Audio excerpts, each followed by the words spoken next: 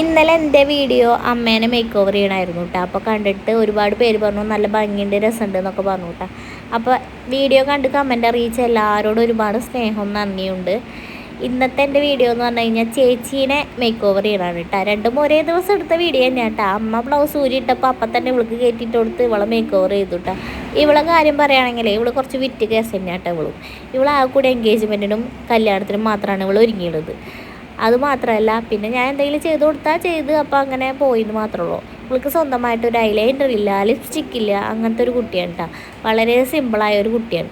എന്തിനു പറയണം, പിരികം ത്രെഡ് ചെയ്യാൻ വരെ അടിച്ച് ഓടിയെത്തിയിട്ടാണ് ഇവളെ ത്രെഡ് ചെയ്യിപ്പിച്ചുള്ളത് കേട്ടോ. മടലൊക്കെ എടുത്തിട്ട് അത്രയ്ക്കും പേടിയാണ്.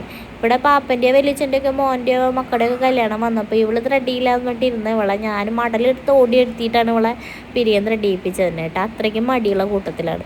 പേടി, അതാണ് മെയിൻ കാര്യം. അപ്പം അങ്ങനത്തെ ഒരു സിമ്പിളായ പെൺകുട്ടിയാണ്. ഇതിനെ മേക്ക് ഓവർ ചെയ്തെടുത്തപ്പോൾ ഞാൻ തന്നെ എൻ്റെ കണ്ണ് തന്നെ തള്ളിപ്പോയി. മാത്രമല്ല, വെട്ടത്തിൽ ദിലീപ് പറഞ്ഞ ഡയലോഗാണ് എനിക്ക് ഓർമ്മ വന്നത്.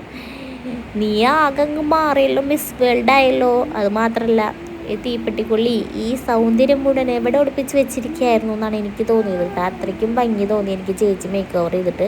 നല്ല സുന്ദരിയായിട്ടുണ്ട്. വീഡിയോസും ഫോട്ടോസൊക്കെ അടുത്ത വീഡിയോയിൽ കൊടുക്കാം.